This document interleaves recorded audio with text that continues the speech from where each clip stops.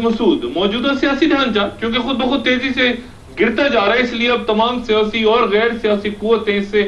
قطع نظر کہ وہ عوامی سطح پر کس قدر بلند و بانگ دعوے، تردیدیں، بیانات اور وضاحتیں کرتی ہیں، یہ طے ہے کہ وہ کسی بھی وقت زمیں بوس ہوتے اس نظام میں واضح کر دوں کہ میں یہاں کوئی تاریخ نہیں دے رہا، یہ جمہوری حکومت گرانے اور نہ کوئی حکومتی زوما کے مطابق بطور اسرائیلی ایجنٹ یا موساد کی ہدایت پہ یا سندھ دشمنی کا کوئی مرثیہ پڑھ رہا ہوں میں، بلکہ یہ محض ایک تجزیہ ہے جو مکمل طور پر غلط بھی ہو سکتا ہے اور شاید کچھ حد تک درست بھی،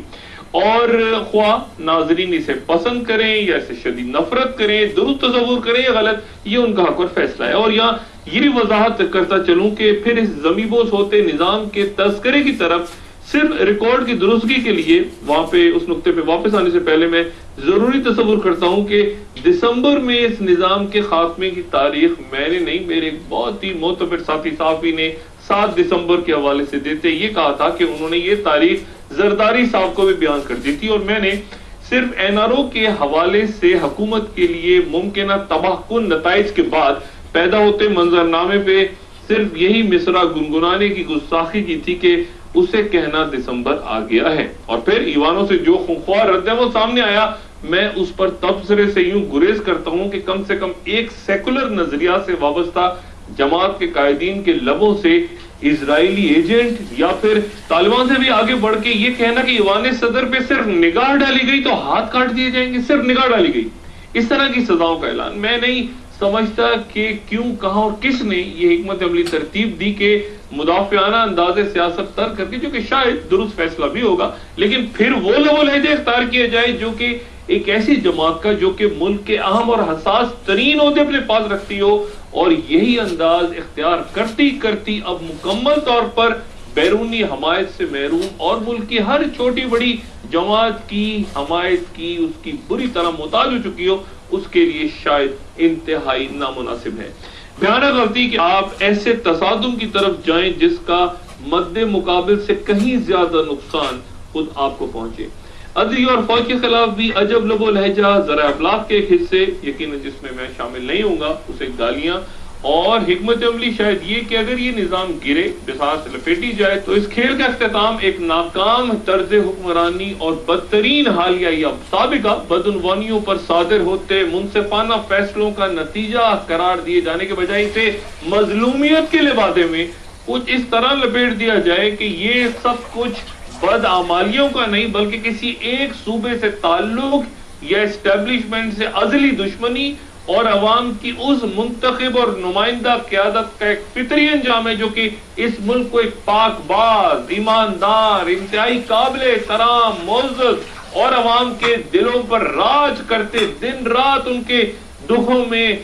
غرق رہتے رفقا کے ساتھ ایک مثالی معاشرہ بناتے، صبح شام عوام کے غم میں گھلی جا رہی تھی وہ قیادت، اور اسے اسی جرم کی پاداش میں اپنی خدمات کے فرائض سے محروم کر دیا گیا۔ میں نہیں جانتا کہ یہ حکمت عملی مرتب کرنے والے خود کس حد تک اس کی کامیابی پر مطمئن ہے، لیکن چند حقائق کو شاید فراموش کر گئے جن میں سے بنیادی شاید یہ تھا کہ ہمیشہ ہر اقتدار میں آتی سیاسی جماعت کی طرح اس بار بھی پیپلز پارٹی اسٹیبلشمنٹ سے براہ راست چند ایسی یقین دہانیوں کی بات جو کہ عوام سے پوشیدہ دنیا کے مختلف دارالحکومتوں میں غیر ملکی ضامنوں کی موجودگی میں طے ہوئے تھے، اور جن کے باعث محترمہ سے ہوا جنرل مشرف کا وہ معاہدہ جو کہ ان کی شہادت سے نہیں بلکہ اس سے بہت پہلے ہی تار تار ہو چکا تھا، اور بوکھلائے اور کمزور تر پرویز مشرف نے ارسر نو زرداری صاحب کے ساتھ مجبور ہو کے ایک بار پھر ان اندرونی اور بیرونی قوتوں کو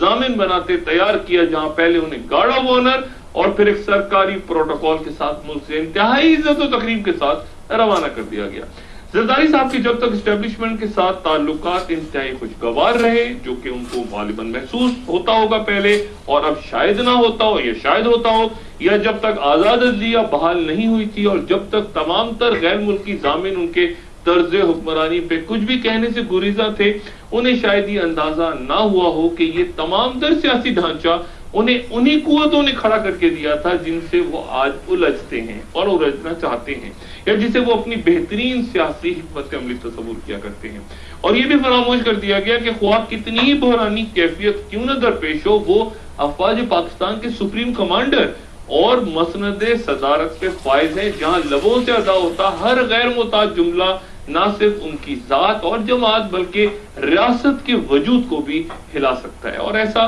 کرنے کی کسی کو اجازت نہیں دی جا سکتی۔ غیر ذمہ دار گفتگو صوبائیت کے شعلے بھڑکانے سے لے کے پنجاب لاشیں بھیجنے اور پھر عدلیہ اور فوج کو نجی محفلوں میں تضحیک کا نشانہ بنانے کے بعد جب سرعام کی گئی یہ باتیں، تو اس درجہ حرارت گزرے چند دنوں اس نقطے تک پہنچ گیا جس کے لیے کوئی سیاسی جماعت یا ملک کا کوئی بھی ادارہ شاید تیار نہیں تھا، اور نہ ہی کسی کو یہ توقع تھی کہ اگر کسی ایک شخص کو کسی قانونی اور آئینی ذریعے سے اس کی غیر ملکی دولت، اثاثوں، ماضی یا کسی بھی انداز میں اس کے کردار کو زیر بحث لایا جائے گا تو جواباً ملک توڑ دے کی بات تک کر دی جائے گی، اور وہ بھی ریاست کے اہم اور حساس ترین ایوان میں بیٹھ کے۔ ذوالفقار علی بھٹو سے لے کے محترمہ بینظیر بھٹو یا میاں نواز شریف سے لے کے کسی بھی جمہوری قیادت یا کسی عامر نے بھی حکومت میں رہ کے یا حکومت سے الگ ہو کر ملک کی سالمیت سے متعلق ڈھکے چھپے انداز میں شاید گول مول سیاسی بیانات تو دی ہوں، مگر یہ کبھی نہیں کہا کہ خدا نہ خواستہ جسمانی نہیں، فزیکل نہیں، صرف عدالتی قتل یعنی مخالف عدالتی فیصلہ آ گیا تو اللہ نہ کرے ملک ٹوٹ جائے گا۔ اور اس کے بعد یقیناً سیاسی فضا میں جو خاموشی، سناٹا، یہ سکوت چھا گیا ہے، وہ اگر کسی طرف یہ تصور ہو رہا ہے کہ تمام قوم اور دنیا کو ڈرا دھمکا کے حکمرانی کی جا سکتی ہے، تو یہ ایک غلط فہمی، حماقت اور بالکل اسی طرح واقعات کا غلط اندازہ ہے جو کہ ماضی قریب میں بار بار لگایا جاتا رہا۔ اور اب ایک بار پھر تاخیر سے یعنی خود کو نقصان پہنچائے جانے کے بعد مختلف رہنماؤں کو اسی طرح خاموش ہونے کی ہدایت دی گئی ہے، خود حکمرانوں کی جانب سے اپنی ساتھیوں کو، جس طرح کچھ عرصے پہلے محترم ذوالفقار مرزا صاحب کو ایم کیو ایم کے بارے میں ابتدائی جارحانہ گفتگو اور پھر شاید لندن سے غالباً پہنچائے گئے ایک سادہ خاموش واضح اشارے کے بعد۔ لیکن ایک بات حکمرانوں کو سمجھ لینی چاہیے کہ وہ کسی بنانا ریپبلک میں سڑکوں پر اسلحہ لے کے گھومتے غیر ریاستی عناصر یا افغانستان میں گوریلا جنگ لڑتے طالبان نہیں ہے، وہ ملک کی بڑی سیکولر جماعت کی قیادت کے دعوے دار، اور تب جبکہ ہم پر شدید خارجی دباؤ بھی ہے، مخالفین کو دھمکیاں یا ریاست کو نقصان پہنچانے کی بلیک میلنگ سے کسی اور کا نہیں، اپنا ہی وہ اقتدار مختصر کرنے پہ تلے بیٹھے ہیں، جہاں انتہا کو چھوتی غیر یقینی کے باعث کاروبار ریاست اب رک چکا ہے، اور تمام تر حکمران مخالف قوتیں باہمی اتحاد نہ ہونے کے باوجود ان کی مخالفت میں یکجا ہو رہی ہیں۔ اور یہ بھی عام کہ جہاں میاں نواز شریف نے مولانا فضل الرحمان سے ملاقات نہ کر کے، جو کہ زرداری صاحب کے انتہائی قریب تصور ہوتے ہیں، عوامی نیشنل پارٹی سے صوبہ سرحد کے نام کے مسئلے پر مذاکرات شروع کی ہیں، یعنی زرداری صاحب کے دوسرے اتحادی، یعنی جو کہ وہاں صوبائی حکومت ہے۔ زرداری صاحب کو بالواسطہ طور پہ اسی انداز میں ایک اور پیغام بھی بھجوایا ہے میاں نواز شریف نے، اور یہ بھی کہ اب بلا مقصد مذاکرات یا ملاقاتیں بے سود ہوں گی۔ ایک اور عام مطالبہ جو کہ آج باضابطہ طور پہ میاں نواز شریف کی جانب سے اور اس سے پہلے چودھری نثار یا خواجہ آصف کی طرف سے سامنے آتا رہا، وہ یہ کہ سپریم کورٹ کے فیصلوں پر زرداری یا گیلانی حکومت کی جانب سے مکمل عمل درآمد ان کی حمایت سے مشروط ہے۔ اور بہت سے تجزیہ کار گزرے ہفتے میری نشست میں اٹھتے اس نقطے کو اب سنجیدگی سے لے رہے ہیں جہاں سپریم کورٹ کو آئین اس بات کی اجازت آرٹیکل 190 کے تحت دیتا ہے کہ اگر ریاستی مشینری اس کے احکامات پر عمل درآمد نہ کرے